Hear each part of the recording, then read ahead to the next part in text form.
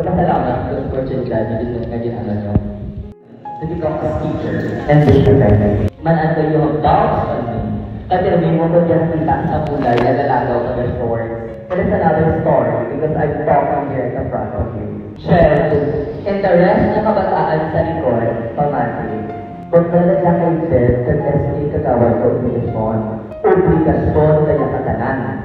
Anong kapitaan ko yung mga kagawad nyo? Because the topic here is I'm gonna talk you how to live with excellence. Pero talaga naman ay said, ng mga opisales, na yung tulad lang, nawalan naman ano. Am I correct, sir? Dapat naman ano ang kabataan ng katalan?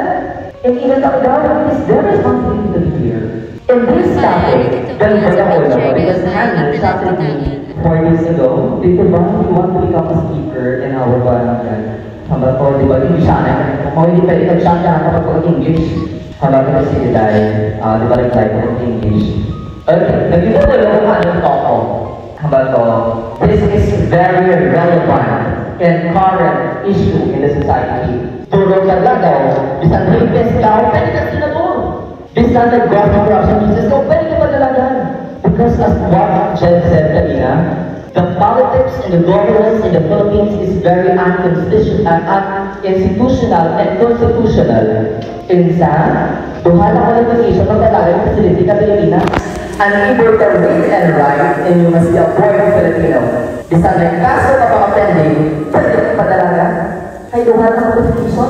Ang SK ka na grabe pa qualification na nagpatunayan, mas kataman, na mas tarangan mo.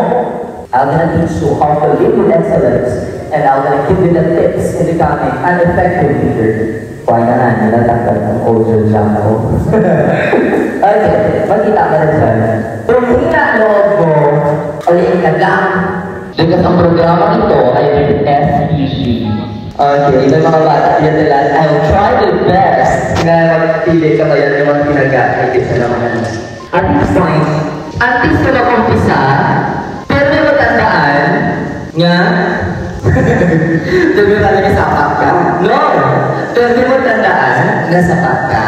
In short, always remember you are enough. Pero ang nagbasa na pero may matandaan niya sapat ka, stop thinking. Pero may matandaan na sapat ka. Or in short, always remember that you are enough. At least one. Here we go. Ano na ang ngayon, in order to become an effective and the best leader in the town, maraming percent na, magpatalaga, percent na luwan, pati na mga hindi, despite of chismis na nalalala, despite of isang lumakadaming program sa barangay mo, na wala, hindi ka rin isang sa kamilong lalanin na taksuay na takot dyan, no? Sure talaga sa barangay. Wala na nakita, ate, ang kinabatayan ka kapulaw, pati ka pala.